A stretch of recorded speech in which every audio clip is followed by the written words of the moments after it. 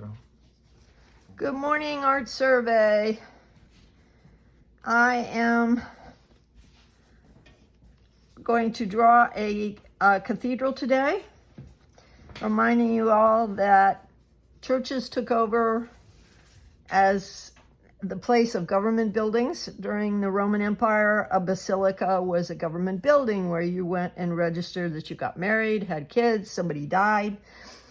Well, with the whole collapse of the government, Constantine had set up cathedrals as a place where you could also record, and then they became the only place you could record births, deaths, marriages, etc.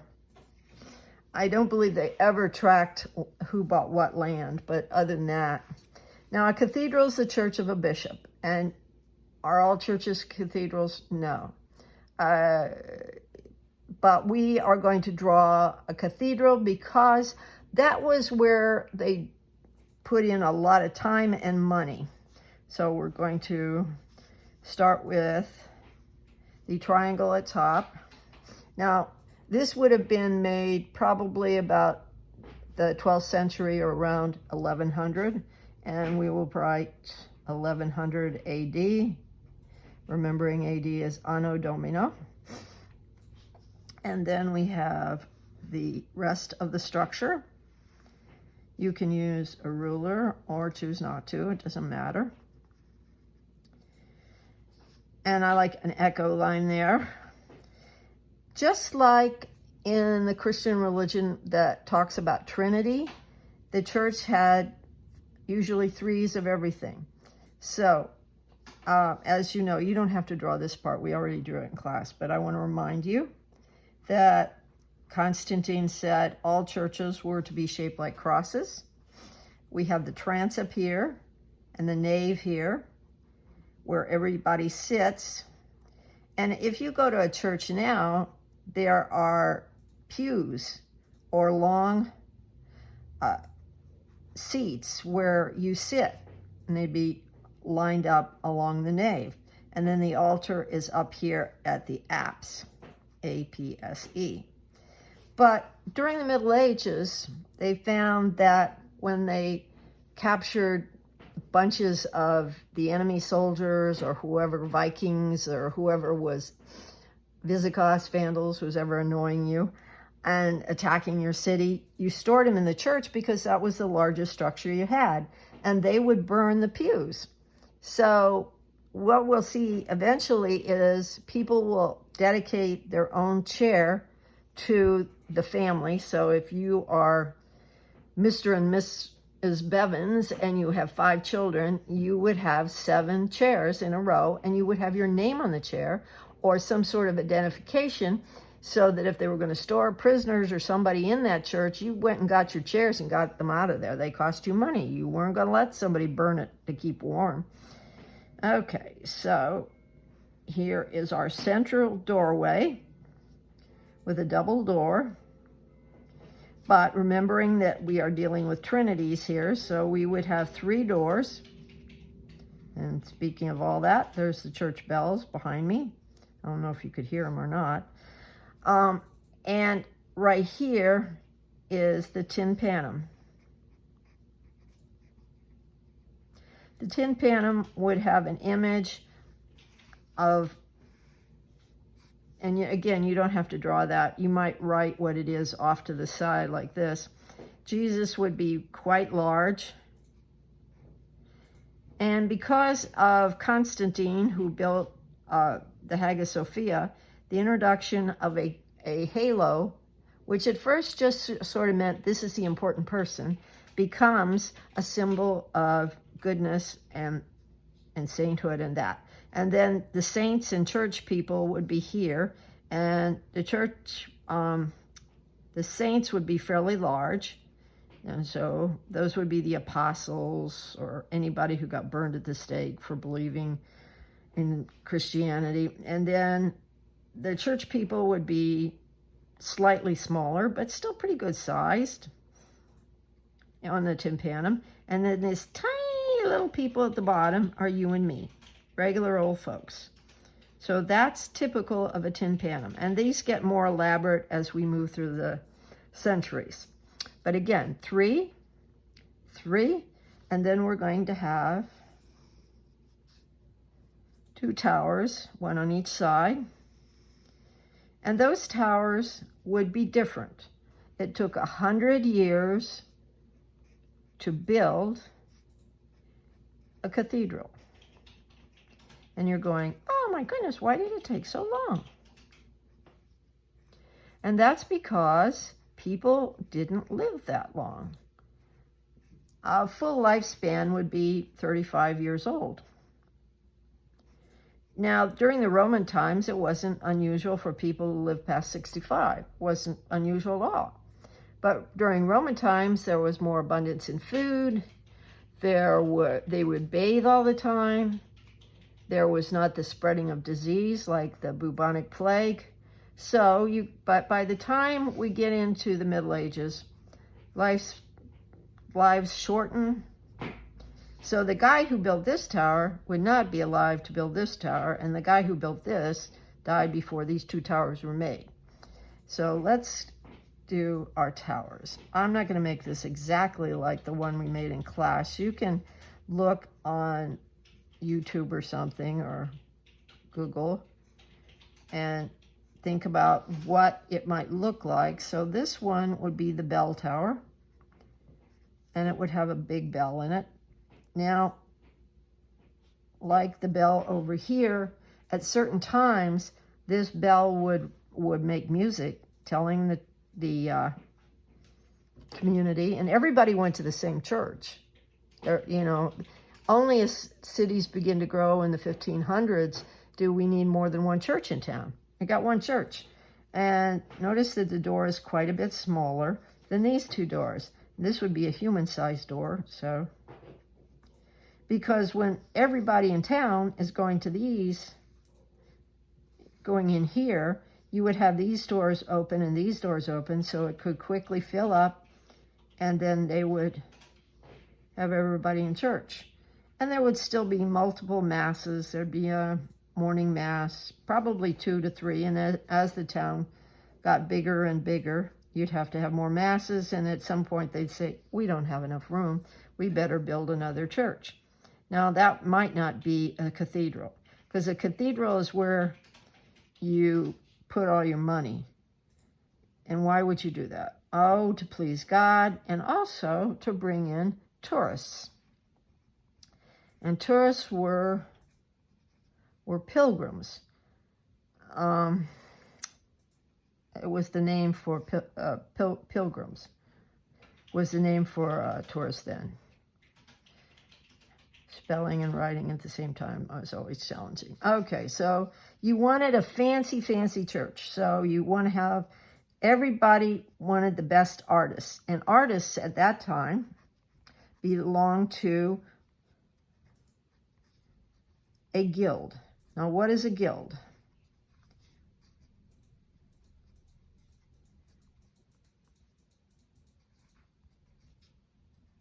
A guild is like a union.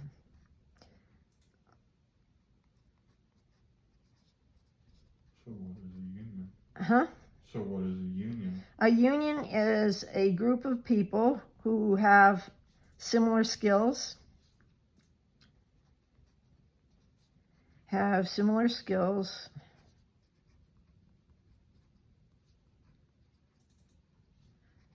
and they set wages. So they make an agreement that there will be a wage or money that you would spend on a guild would be split by everybody in the guild, depending on what you did, by craftsmanship, probably, is how you would think of it.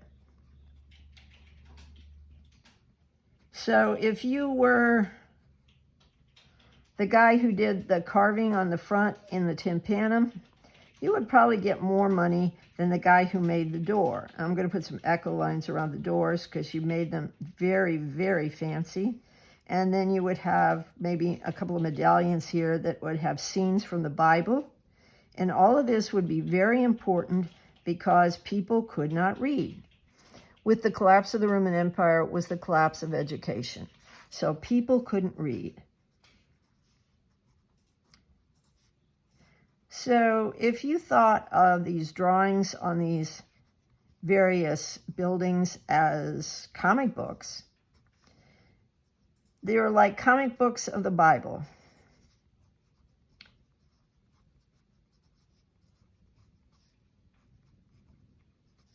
And you can replay this or put your notes somewhere else. We're mostly concentrating on you doing this. I'm just explaining here. So these would have 3 windows, stained glass windows here. And these stained glass windows would be, there'd be a stained glass window guild, there'd be a masonry guild, there'd be a carpentry guild. And each of these guilds would have a set rate, and then they would kind of split the money by what you did. So if you were somebody who made, here, I'm going to put what's called a gargoyle here that would drain water off the roof, then you were also maybe one of these sculptors who did around the doors, then you made more money than the guy who just laid stone on the buildings. Now you want to do this on your side of your building so that you know that these were all done by masons. Masons are people who work with stone. Oh, and carpentry. Carpentry is not where you lay carpet. It's where you work with wood. Why would I say that? Well, because I had 2 students who thought carpentry was where you laid carpet. There's no laying carpet involved in this. Mary's husband, Jesus' stepfather, was a carpenter. And Mary did not weave carpet, and he just made doors and tables and chairs. And it's a special skill. And we teach it at the Career Center, so if you're interested, that's a possibility. Now, there would be skinny windows to let in light on the stairs. And if you had X-ray vision, you'd see this spiral staircase on this one. Okay, on this one, we will have maybe a roof like this. And they often had what was called slate roofs, and that's a very skinny kind of stone that splits in flat, strong pieces. And slate was often used as a roofing material. And then you'd have a little thing here, and if it was a Christian church, there would be a crucifix on the top spire like this. That's how you knew. And these windows would be stained glass, and they would have depictions of like the Last Supper or some big event that happened in the Bible. So people would know that this told a story, and they could then explain it to their children. It was also like Bible school through architecture. Here would be the rose window, and I will write that up here. Now, they're kind of like you and me in that every flower was a rose. Did it look like a rose? No, not particularly. But this is how we're going to draw it because it's pretty much how it looked. You'd have the center of the flower, and then you'd have the petals going out. And they just looped around. And this is the kind of flower you learned how to draw in 2nd or 3rd grade. I know because I've taught 2nd or 3rd grade. And then there'd be a little circle here. And this was all held together by stone called tracery. You don't have to know that. That's just so you know that it didn't have leading like these windows down here. It was tracery. Okay, so let's put some tiles on the roof here. And here. And if you have your colors, all of this building would be gray. There might be a tower here. So, and maybe let's put another bell here. And this would play music. There was a TV show, a detective show, where there were bell ringers. In England, they have bell ringers. They don't have a machine that rings the bells. They actually have people who do this for fun. I know, you're thinking, oh, sounds like a lot of trouble. Well, maybe, but they enjoyed it. You can go ahead and color those in because they would be kind of dark. And when we draw a castle, you'll see how different this is from a castle. And these stones or masonry would be round because this tower is round. Does the tower have to be round? Could it be flat? Yeah, because they had four-sided towers too. So you could have, I give you a little room to be creative. Just don't go overboard and put snakes all over the building or something, because they wouldn't have had that. All right, if you want to add a little color, you could put some color in these, because these would have color in them. The rest of the building would be just gray. So let me put color in our windows.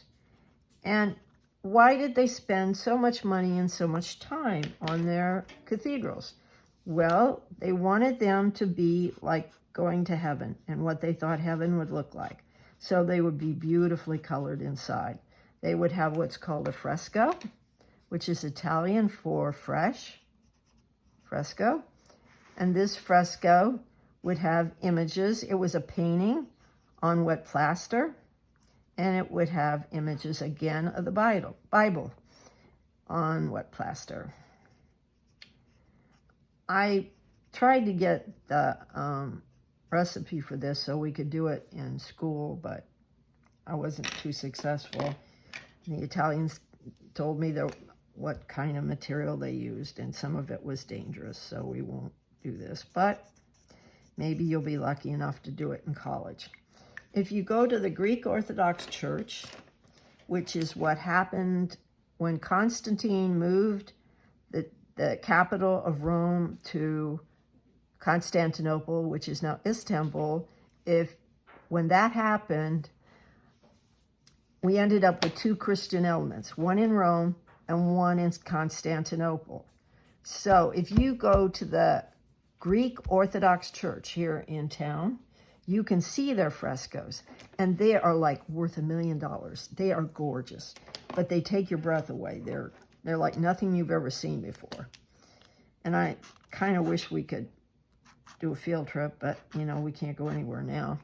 So that will give you an idea of the color, and then you can lightly color this with the side of your pencil,